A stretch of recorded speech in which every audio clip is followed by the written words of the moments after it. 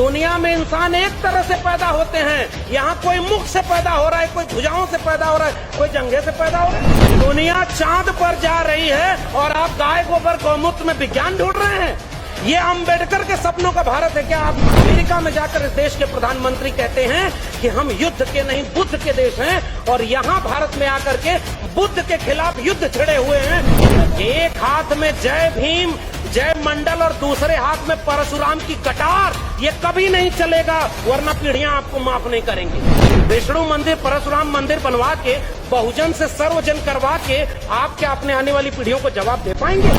इस देश में जब स्कूल कॉलेज और विश्वविद्यालय के लिए आंदोलन होना चाहिए तो मंदिर मस्जिद के लिए आंदोलन हो रहा है। ये अम्बेडकर के सपनों का भारत है। जो लोग डॉक्टर अम्बेडकर का नाम लेते थे वो आज आलीशान महलों में रह रहे हैं, और जिन्होंने उनके किताबों को एक किया वो आज ऐसे टूटे फूटे घर में रह रहे हैं। वो बेच रहे हैं भारत को, मैं चैन से कैसे सो जाऊं, सौगंध मुझे इस मिट्टी की, मैं देश नहीं बिकने दूंगा। और हो क्या रहा है? शिक्षा बिक गई है, हवाई चप्पल वालों को जहाज में जलाएंगे, जहाज बिक गया, एरोप्लेन बिक गया, रेलवे बिक गई, सरकारी नौकरी -1% बची है। आपका रिजर्वेशन कहां बचा है? ये अम्बेडकर के सपनों का भारत है क्या? कि डॉक्टर अंबेडकर के सपनों का जो भारत है, सामाजिक न्याय का जो भारत है, उसे कैसे बनाया जाए और उसमें बुद्धिजीवियों की क्या भूमिका हो सकती है, इस बात में हमें अपनी बात कहनी है। और आपने मुझे बुलाने का जोखिम भी उठाया है, तो मैं पूरे भरोसे पर खरा उतरूंगा, क्योंकि न तो अभी मैं किसी पार्टी का विधायक हूं, न सांसद हूं, और न मुझे आपका वोट चाहिए। यह एक वैचारिक आयोजन है, क्योंकि आपने डॉक्टर अंबेडकर से लेकर के तथागत बुद्ध का नाम लिया है, इसलिए यहां से सच बोलना बहुत जरूरी है। और आपके विषय पर पहली मेरी बात यही है कि बुद्धिजीवियों की आज सबसे बड़ी भूमिका क्या है। पहली बात तो यह कि मैं अपने को कोई बुद्धिजीवी नहीं मान रहा, अभी तो हम सीख रहे। मैं उस जमीन पर हूं जहां अभी आज अलीगढ़ में हम अनंतराव अकेला साहब से मिलकर आए और मान्यवर कांशीराम का संग्रह लेकर आए कि डॉक्टर अंबेडकर ने जितना जो बात कही थी, मान्यवर कांशीराम ने, डॉक्टर अंबेडकर ने किताबों को जोड़ा, मैंने लोगों को जोड़ा है। उनके साथी से ये ऊर्जा लेकर आया, उनका घर देख करके आया जिस घर में वो रह रहे हैं, और उनकी पीड़ा भी सुन करके आया। जो लोग डॉक्टर अंबेडकर का नाम लेते थे वो आज आलीशान महलों में रह रहे हैं, और जिन्होंने उनके किताबों को एक किया वो आज ऐसे टूटे फूटे घर में रह रहे हैं। इसलिए जरूरत इस बात की है कि आप कहीं उस रास्ते तो नहीं जा रहे कि जैसे देवी देवता का नाम लेकर के राजनीति हो, माला पहनाया जाए, आप वहां पर डॉक्टर अंबेडकर को रख देंगे, तथागत बुद्ध को रख देंगे, तो हमारे जैसे लोग उसके खिलाफ खड़े होंगे, पहली बात। और उस समय उन्होंने कहा था बुद्धिजीवियों की भूमिका, मैं कोट करते हुए डॉक्टर अंबेडकर को यह बात कह रहा हूं। 1956 में डॉक्टर अंबेडकर ने एक वाक्य कहा एक सभागार में कि मुझे पढ़े लिखे लोगों ने धोखा दिया है। और वो धोखा क्या था? वो हमारे जैसे लोगों ने धोखा दिया, हम उन्हें धोखा दे रहे हैं। मैं अपने को शामिल करके ये बात बोल रहा हूं। हम माहौल बदला है तो डॉक्टर अंबेडकर के बिना अब किसी का काम नहीं चल पा रहा है। सब नाम ले रहे हैं डॉक्टर अंबेडकर का, और वो लोग भी नाम ले रहे हैं जो अपना सारा काम डॉक्टर अंबेडकर के खिलाफ कर रहे हैं। इस खतरे से बचना जरूरी है। मैं कोट पढ़ रहा हूं, 1940 में, किताब का नाम है पाकिस्तान और the partition of India. Doctor Ambedkar क्या लिख रहे हैं आप सुनिए। अगर हिंदू राज हकीकत बनता है तब वह इस मुल्क के लिए सबसे बड़ा अभिशाप होगा। हिंदू कुछ भी कहें, हिंदू राष्ट्र, हिंदू धर्म समानता, स्वतंत्रता और बंधुत्व के लिए खतरा है। उस आधार पर वह लोकतंत्र से मेल नहीं खाता है। हिंदू राज को किसी भी कीमत पर रोका जाना चाहिए, डॉक्टर BR अंबेडकर कह रहे हैं। इसलिए मैं इस मंच का इस्तेमाल केवल अपने विषय के लिए कर रहा हूं। आपने मुझे विषय दिया है कि बुद्धिजीवियों की भूमिका क्या होगी, तो बुद्धिजीवियों की भूमिका यह होगी कि आंख में आंख डाल करके वह सच कहा जाए जो वक्त में कहने पर जेल में भेजा जा रहा है। दूसरी बात, डॉक्टर अंबेडकर के सपनों का भारत कैसे बनेगा?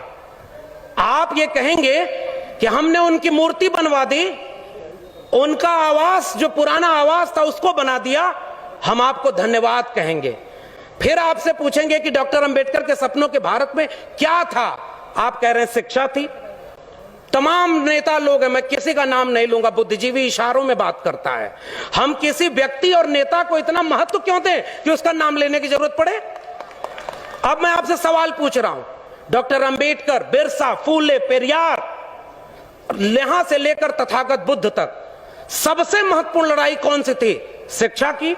आपने भी कहा शिक्षा की लड़ाई अगर सबसे महत्वपूर्ण है और शिक्षा के लिए सारा काम हो रहा है, तो एक बात बताइए, इस देश में जब स्कूल, कॉलेज और विश्वविद्यालय के लिए आंदोलन होना चाहिए तो मंदिर मस्जिद के लिए आंदोलन हो रहा है। ये अंबेडकर के सपनों का भारत है। कितने नए विश्वविद्यालय और स्कूल बने? मैं विश्वविद्यालय में पढ़ा रहा हूं, दिल्ली विश्वविद्यालय में, आज तक अभी टेम्परेरी प्रोफेसर हूं और मुझे इस बात की चिंता नहीं है कि सच बोलने पर आप मुझे क्या करेंगे। अरे मैं आपकी तारीफ करता तो मुझे आज एसोसिएट प्रोफेसर बना देते, लेकिन मुझे पता है कि आपसे अगर इतनी मदद ले लूंगा तो वही बोलना पड़ेगा जो इस मंच से मजबूरी में बोलना पड़ता है, इसलिए सच बोलूंगा। अब मैं आपको तथ्य दे रहा हूं। पहली चुनौती आज के नौजवानों की, नई शिक्षा नीति बनाई गई है। मैं 3 क्लॉज उसके बता रहा हूं। पहला, स्कूल जो पर हर एक गांव के पास स्कूल बनाए गए थे, उन स्कूलों को अगर 3000 से कम विद्यार्थी हैं तो उन्हें मर्जर या क्लोजर की पॉलिसी के तहत बंद किया जाएगा और गांव में मेटा स्कूल बनाए जाएंगे। बताइए, यह शिक्षा क्रांति है? दूसरी बात, 45,000 डिग्री कॉलेज इस समय इस देश में आज हैं।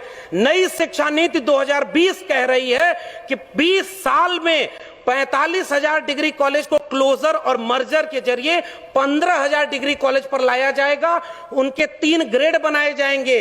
इस देश में वर्ण व्यवस्था बनाई गई थी।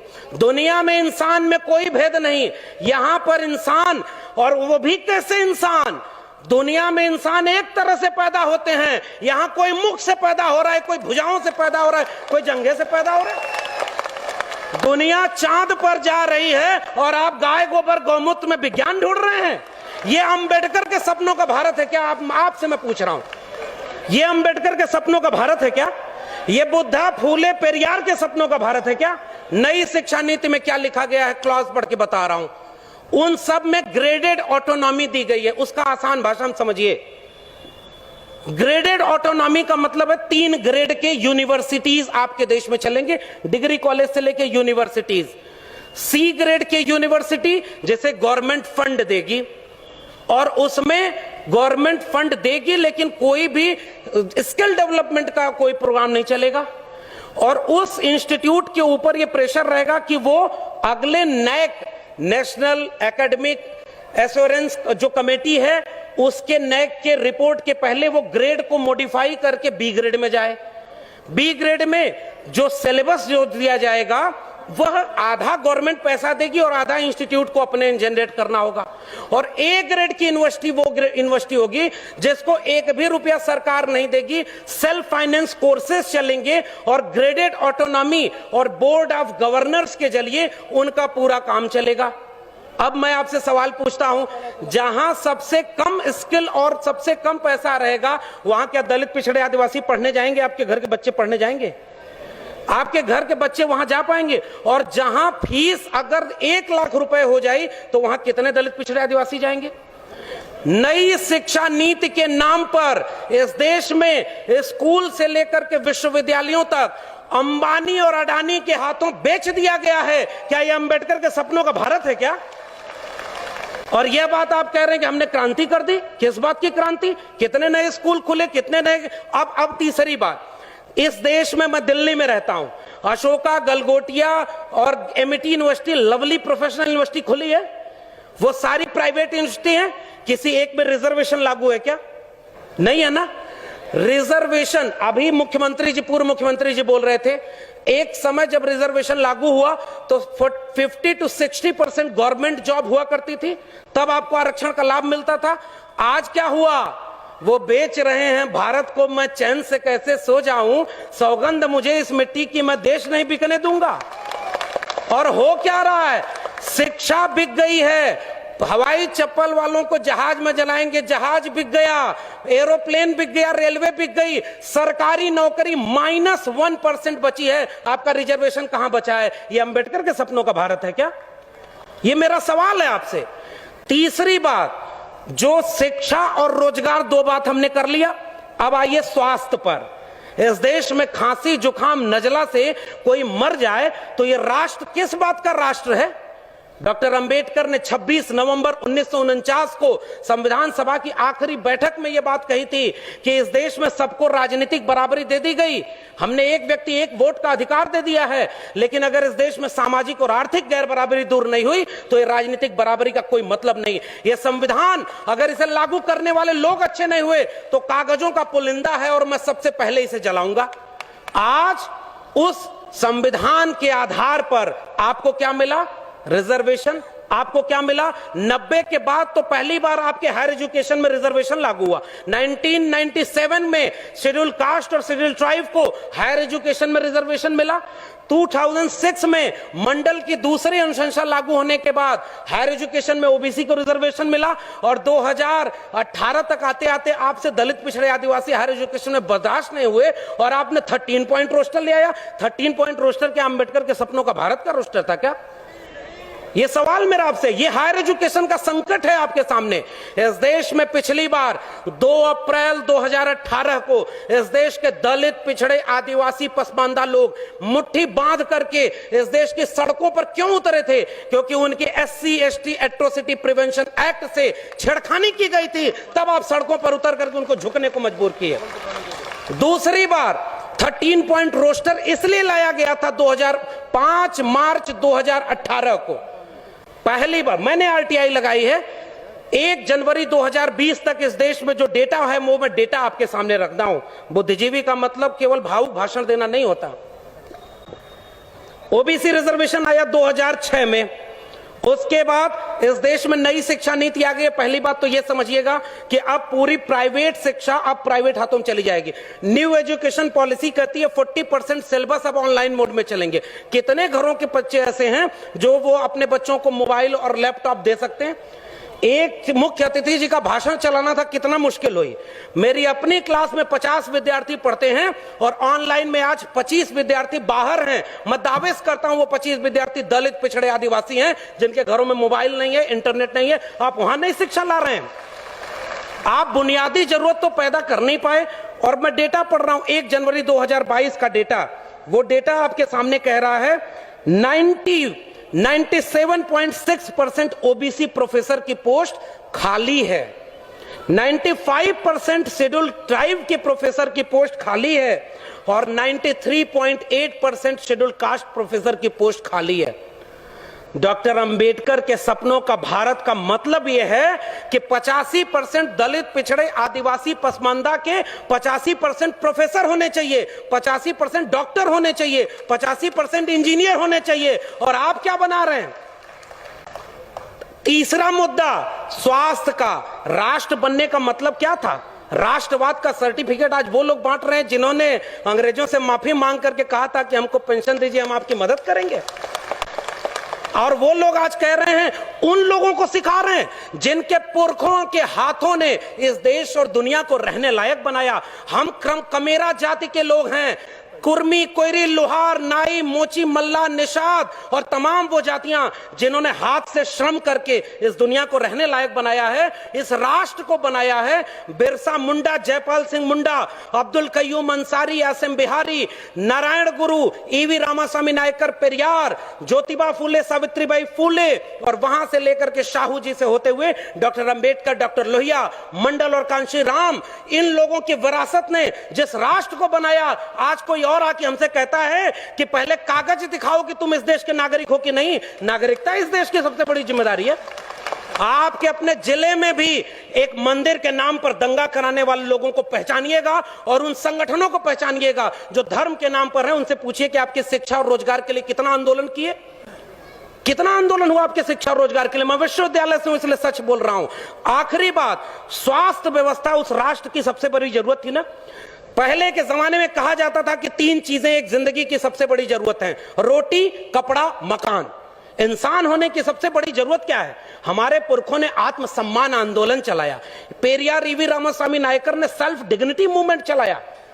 उसके बाद डॉक्टर अंबेडकर ने कहा आत्मसम्मान से जीना, जिंदगी लंबी नहीं बड़ी होनी चाहिए। और ऐसे पुरखों के वारिसों को कहा जा रहा है कि अपने आत्मसम्मान से समझौता कर लो, क्योंकि हमने डॉक्टर अंबेडकर की लंबी सी मूर्ति बना दी है और उसमें माला चढ़ा रहे हैं। स्वास्थ्य व्यवस्था, आखिरी बात कहकर के आपसे विदा लूंगा। कोरोना आया, दुनिया जब कोविड से लड़ रही थी, हमारे यहां कहा जा रहा था गोबर ले लो, गौमूत्र पी लो, कोरोना दूर हो जाएगा। मैं एक सवाल पूछता हूं, आप जिस धर्म की किताबों के नाम पर नफरत फैलाते हैं, आप जाइए और अमेरिका में बोलिए कि हमारे यहां कुछ लोग ये बात कहते हैं कि महाभारत काल में इंटरनेट था, हम नाली के गैस से चाय बनाते थे। दुनिया जब विज्ञान और चेतना की बात कर रही है, आप अपनी पीढ़ियों को मूर्ख बना रहे हैं। आप उन्हें धर्म के नाम पर 20, 25 साल, 30 साल पीछे ले जा रहे हैं। अमेरिका में जाकर इस देश के प्रधानमंत्री कहते हैं कि हम युद्ध के नहीं बुद्ध के देश हैं, और यहां भारत में आकर के बुद्ध के खिलाफ युद्ध छिड़े हुए हैं। हमें वो बात सच कहनी होगी। और उस समय जो दुनिया में क्या हो रहा था, दुनिया कोविड से लड़ रही थी। आपके सामने जो दूसरा सबसे बड़ा खतरा है, वही इशारा करके जा रहा हूं।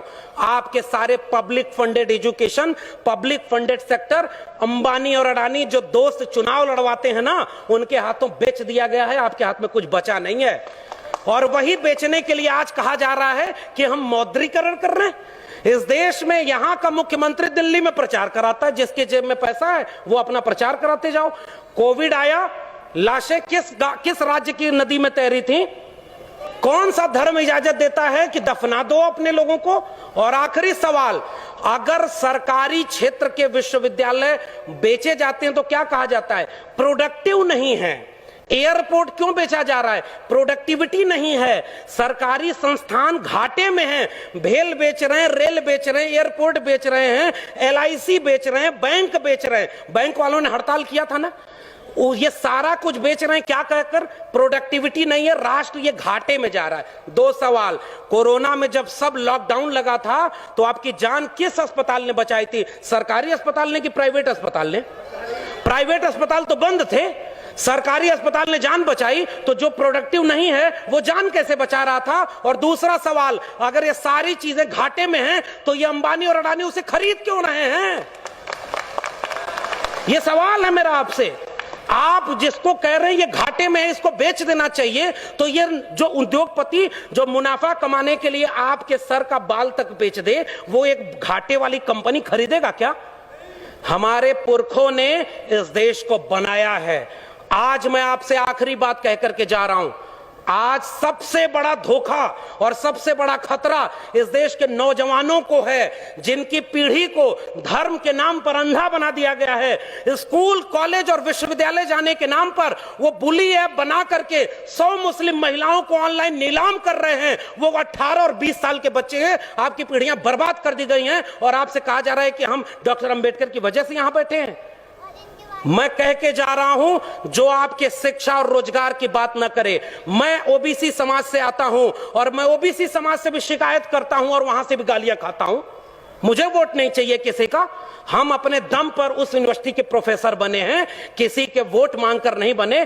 तब तक समझते थे कि हमारे पुरखे, हमारे घर परिवार वाले मेहनत करके इलाहाबाद यूनिवर्सिटी पढ़ाए और इलाहाबाद यूनिवर्सिटी टॉप किया। दिल्ली यूनिवर्सिटी में जाके प्रोफेसर बने, तब तक ये समझते थे कि हम अपनी काबिलियत से बने हैं, लेकिन बाद में ये समझ में आया जब हमने अपने पुरखों को पढ़ा कि अगर इस देश में भारत का संविधान और मंडल कमीशन न होता तो मैं कभी यहां नहीं होता और आपके सामने खड़ा नहीं होता। तो जिस सीढ़ी से चलकर मैं आया हूं वो सीढ़ी मेरी आंखों के सामने तोड़ी जा रही है, और मंच पर आकर के मैं आपसे तालियां बजवाने के लिए वो बात कहूं कि सब लोग खुश हो जाएं और कल को मुझे वाइस चांसलर बना दें, वो वाइस चांसलरी किस काम की है कि कल वापस जाके जब मेरे लोग मुझसे पूछेंगे मेरी नौकरी बर्बाद हो गई, शिक्षा बर्बाद हो गई, रोजगार बर्बाद हो गया, तुम उन लोगों के साथ बैठ करके कह रहे थे जय भीम जय मंडल। ये सबसे बड़ा खतरा है। उन लोगों को पहचानिए जो आपके वैचारिक दुश्मन हैं। मैं ओबीसी समाज से आता हूं और मैं ओबीसी समाज को एक शिकायत करता हूं। इस देश में ज्योतिबा फूले माली जाति से आते थे, ओबीसी थे। डॉक्टर अंबेडकर ने उन्हें अपना तीसरा गुरु बनाया था। शाहू जी महाराज ओबीसी जाति के थे। पेरियार चरवाहा समाज के थे। ओबीसी घरों में इनकी तस्वीरें नहीं है। शिवदयाल सिंह चौरसिया 1928 में बिहार में और उत्तर प्रदेश में आदि हिंदू सभा बनाए, और जब हिंदू लोगों ब्राह्मणों के पास गए और उनसे कहे कि मैंने आदि हिंदू सभा बनाया है, इसकी मेंबरशिप ले लो, तो ब्राह्मणों ने कहा हम हिंदू थोड़े ही हैं, हम तो आर्य हैं। तब चौरसिया साहब खड़े हुए और उन्होंने वो पर्चा फाड़ के कहा जब तुम हिंदू हम हिंदू, हम तो ये समझते थे दोनों एक हैं, और जब तुम हिंदू नहीं तो हम भी हिंदू नहीं। और उन्होंने उसका नाम बदल कर कहा depressed classes league, backward classes league. 1948 में उसका लखनऊ में सेमिनार कराया और उसकी अध्यक्षता करने के लिए पेरियार और डॉक्टर अंबेडकर को बुलाया, तब जाके बहुजन एका बनी थी। बस खतरा यह है कि उन लोगों को पढ़ने नहीं दिया गया। पनवाड़ी घरों में शिवदयाल सिंह चौरसिया का नाम नहीं है। मेरे अपने यादव घरों में पेरियार ललई सिंह यादव का नाम नहीं है। पेरियार ललई सिंह यादव ने क्या कहा था, मैं उनकी बात कह के रहा हूं। बलिदान न सिंह का होते सुना, बकरे बलिवेदी पर लाए गए, न काटे टेढ़े पादप गए, सीधों पर आरे चलाए गए, विषधारी को दूध पिलाया गया, विषहीन सदा तड़पाए गए। ये कहा था पेरियार ललई सिंह यादव ने। और जब त्रिवेणी संघ बना 1930 में बिहार में, और बाद में अर्जक संघ बना उत्तर प्रदेश में, इन दोनों का नारा क्या था, ब्राह्मणवाद की क्या पहचान, गिटपिट बोले करे न काम, और मानववाद की क्या पहचान, ब्राह्मण भंगी एक समान। जिसमें समता की चाह नहीं वह बढ़िया इंसान नहीं, समता बिना समाज नहीं, बिन समाज जनराज नहीं। जो जमीन को जोते बोए वो जमीन का मालिक होए, सबको शिक्षा सबको काम, वरना होगी नींद हराम। हमारे डॉक्टर लोहिया ने कहा 100 में पिछड़ा पावे 100 में 60, सन सोपा ने बांधी गांठ। तब उसको जगदेव बाबू रामस्वरूप वर्मा ने नारे को आगे बढ़ाया कि 100 में 90 शोषित हैं, शोषितों ने ललकारा है, धन धरती और राजपाट में 90 भाग हमारा है। 10 का शासन 90 पर नहीं चलेगा, नहीं चलेगा। जो जमीन को जोते बे वो जमीन का मालिक होए, और राष्ट्रपति हो या भंगी की संतान, सबको शिक्षा एक समान, सबको शिक्षा सबको काम, वरना होगी नींद हराम। और सबको शिक्षा दे न सके जो, वो सरकार निकम्मी है, और जो सरकार निकम्मी है वो सरकार बदलनी है। आप नेताओं के गुलाम बन गए इसलिए क्योंकि आप एकजुट नहीं रहे। अचानक कोई नेता आके कहता है कि आप चलो हिंदू धर्म खतरे में है, अरे उससे रोक के पूछिए हमारा स्कूल और विश्वविद्यालय खतरे में है, तब तुम क्यों नहीं आए? मेरी नौकरी कोरोना में चली गई, तब तुम क्यों नहीं आए? हमारी अर्थव्यवस्था डूब गई, तब तुम क्यों नहीं आए? और 85% हिंदू तब बनाते हो जब मुसलमानों के खिलाफ दंगा कराना होता है। और उसके बाद दलित महिला थी, सुनिए, दलित महिला थी उत्तराखंड में, खाना बनाकर स्कूल के बच्चों को खिलाती थी, और दलित महिला की जाति देखकर सवर्ण बच्चों ने कहा हम खाना नहीं खाएंगे। तब हिंदू धर्म खतरे में क्यों नहीं आया? यह मेरा सवाल है। उस महिला की जाति देखते हो क्योंकि वो दलित है इसलिए हम खाएंगे नहीं? पूछिए उन लोगों से 2 अप्रैल के भारत बंद के दिन वो लोग कहां थे जो केंद्र से लेकर के राज्य में सत्ता में बैठे थे और दलित सीटों पर चुन करके गए थे? पूछिए उन लोगों से 13 पॉइंट रोस्टर आया तो वो कहां थे? पूछिए उन लोगों से नई शिक्षा नीति के नाम पर जब सब बेचा जा रहा है, और आज आप कह रहे हो पाकिस्तान कब्रिस्तान। इस देश में हिंदू मुस्लिम की आग तब लगाई जाएगी जब दलित पिछड़े आदिवासी बच्चे अपनी शिक्षा और रोजगार और स्वास्थ्य की बात करेंगे। आज इस देश में एक दलित को राष्ट्रपति बना दिया गया और हाथरस में बेटी को पेट्रोल डाल के जला दिया, तब उस राष्ट्रपति की क्यों जबान खुली? यह सच पूछना जरूरी है। और आपने मुझे आमंत्रित करने का जोखिम लिया था, मैं अपना काम करके जा रहा हूं। आपने ये बात जो कही थी, ऐसे मंचों पर आप हमें नहीं भी बुलाएंगे तब भी भारत के संविधान और मंडल कमीशन ने एक नौकरी दे दी है, हम वहां गुजारा कर लेंगे, हमें आपका वोट नहीं चाहिए। लेकिन मैं चाहता हूं कि इस मंच से घर जाने के बाद ये महिलाएं और बच्चियां, ये नौजवान अपने घर में अपने बाबूजी से पूछें कि आप तो धर्म को बचाने गए थे, मेरी शिक्षा, मेरी रोजगार, मेरी नौकरी और मेरे देश को बेचने वालों के साथ क्यों खड़े थे? ये सवाल आपसे पीढ़ियां पूछेंगी। मैं जानता हूं कि मेरी बातों का कोई असर नहीं होगा, पता नहीं अगली बार आप बुलाएंगे भी कि नहीं बुलाएंगे। लेकिन मैं ये बात कह के जा रहा हूं, जंगल में आग लगी, चिड़िया पानी डाल रही थी और कुछ चिड़िया उस पेड़ से उड़ नहीं रही थी। कविता लिखी है कि आग लगी इस वृक्ष को, जलने लागे पात, उड़ते क्यों नहीं पक्षियों जब पंख तुम्हारे पास। उन पक्षियों का जवाब ध्यान से सुनिएगा, फल खाएं इस वृक्ष का, गंदे कीन्हे पात, धर्म हमारा यही है, जले इसी के साथ। आपके लोग आपको छोड़ करके जो चले गए अपनी सत्ता और कुर्सी के लिए, बाबा साहब के सबसे अच्छे वारिस, सबसे बड़े वारिस ने एक किताब लिखी है, उसको पढ़िएगा, चमचा युग। उस किताब में कई किस्म के चमचे लिखे हैं। 1932 में पूना पैक्ट, आज लोग कहते हैं गांधी बनाम गोडसे, गोडसे की मूर्ति और गोडसे के नाम पर इस देश में दंगा। बाबा साहब ने कहा, और यह बात हमें समझनी चाहिए, अपने पुरखों का केवल नाम लेके फोटो पर माला चढ़ा रहे हैं, नौजवानों की पीढ़ी को समझाइए, नहीं तो कल को आज रामायण देख रहा है टीवी पर, कल राम मंदिर बनवाने चला जाएगा, आपका घर लुट जाएगा, वहां आप खड़े हैं। तब डॉक्टर अंबेडकर रोए थे, पूना पैक्ट जब करके आए। गांधी को 3 गोलियां मारी थी उन लोगों ने जो आज शासन कर रहे हैं। वो हमसे कहते हैं हमारे पुरखे ने गांधी की जान बचाई है, उन्होंने 3-3 गोलियां गांधी के सीने में मारी है, हम वो लोग हैं। और आखिरी बात कह के जा रहा हूं, इस देश में बहस चला रही है गांधी बनाम गोडसे, आप गांधी के साथ हैं कि गोडसे के साथ हैं? मैं कहता हूं गांधी बनाम गोडसे में हम गांधी की हत्या करने वाले नहीं, गांधी का जीवन बचाने वाले डॉक्टर अंबेडकर के साथ हैं। पेरियार ईवी रामास्वामी नायकर और गांधी की बहस में हम पेरियार के साथ हैं, भगत सिंह और गांधी की बहस में हम भगत सिंह के साथ हैं।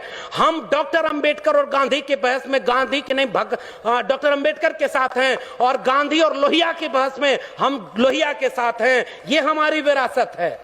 आने वाली पीढ़ियां हमसे पूछेंगी साहब कि जब देश लुट रहा था, आपके बच्चों का भविष्य बर्बाद किया जा रहा था, दंगाई बनाया जा रहा था, तब आप क्या कर रहे थे? वो जो चिड़िया जंगल में आग लगी थी ना, तो चोंच से पानी भर के उस आग पर डाल रही थी। एक कुर्सी से बिक करके हम चमचे हो गए। मान्यवर साहब की बात कर रहा हूं, अपनी बात तो कह भी नहीं रहा। मान्यवर साहब ने कहा कि कई किस्म के चमचे हैं, उसमें ओबीसी चमचों की भी बात की गई थी। कुछ ओबीसी लोग ऐसे भी थे, मुख्यमंत्री कुर्सी चली गई और घर जब गंगा जल से धुलवाया गया तब उनको समझ में आया, अरे हम तो अगड़ा समझते थे, ये तो पिछड़ा है। हमें तो सबका सच कहना है ना। एक हाथ में जय भीम जय मंडल और दूसरे हाथ में परशुराम की कटार, ये कभी नहीं चलेगा, वरना पीढ़ियां आपको माफ नहीं करेंगी। विष्णु मंदिर, परशुराम मंदिर बनवा के, बहुजन से सर्वजन करवा के आप क्या अपने आने वाली पीढ़ियों को जवाब दे पाएंगे? आपके विचारों से लड़ाई है। एक तरफ 1925 में बना एक संगठन है जो इस देश को हिंदू राष्ट्र बनाना चाहता है, और एक तरफ 1924 में बना समता सैनिक दल है। पूछिए आप कहां खड़े और वो कहां चले गए? क्यों नहीं बाबा साहब का बनाया हुआ यह संगठन, 85% लोगों का राज, जिन्होंने इस देश को हाथ से काम दिया, उन्हीं लोगों को आज यूनिवर्सिटी में बैठकर एनएफएस किए जा रहे हैं। कितने लोग संसद और विधानसभा में बैठे थे, वो आपके लिए लड़े। आखिरी बात उस चिड़िया की बात करके जा रहा हूं। उस चिड़िया से पूरे जंगल के लोग, जंगल के पक्षी मजाक उड़ाते हुए कहे कि इतनी बड़ी आग लगी है जंगल में, देश बेचा जा रहा है, हिंदू राष्ट्र बनाया जा रहा है, अभी अयोध्या झांकी है, मथुरा काशी बाकी है किया जा रहा है, और तुम अपनी चोट से पानी भर रही हो। अलीगढ़ के इस सभागार में उपस्थित लोगों, आपसे यही कह के जा रहा हूं उस चिड़िया का जवाब। उसने कहा था कि मुझे पता है कि मेरी चोंच की एक बूंद पानी से ये जंगल की आग नहीं बुझेगी, लेकिन जब इस देश में इस देश की आग का, इस जंगल की आग का हिसाब मांगा जाएगा कि जब आरक्षण खत्म कर दिया गया, जब निजीकरण के हाथों, अंबानी अडानी के हाथों पूरा देश बेच दिया गया, नई शिक्षा नीति में शिक्षा बेच दी, प्राइवेटाइजेशन में रोजगार बेच दिया, कोरोना में आपकी जान बेच दी, हिंदू हिंदू करके नफरत फैलाया गया, उस देश में पसमानदा तबके के लोगों से पूछिए, इस देश में नाई, जुलाहा, मोची, मल्ला जो पसमानदा बन के मुसलमान हुए, 300 लोग लिंचिंग में मारे गए, 300 में एक भी अपर कास्ट मुस्लिम नहीं है। ये कौन है 15% लोग जो पीछे खड़े होकर आपके बच्चों को दंगा कराने भेजते हैं, और गृह मंत्री का बेटा बीसीसीआई का चेयरमैन बनके करोड़ों रुपया कमा रहा है। आपके बेटे और उसके बेटे में यही फर्क है। तो वो चिड़िया, उसने यही बात कही थी कि मुझे पता है कि इस जंगल की आग से, मेरी चोंच के पानी से जंगल की आग नहीं बुझेगी, मगर इस आग का जब इतिहास लिखा जाएगा तो मेरा नाम आग लगाने वालों में नहीं, आग बुझाने वालों में शामिल होगा। जय भीम, जय मंडल, जय संविधान।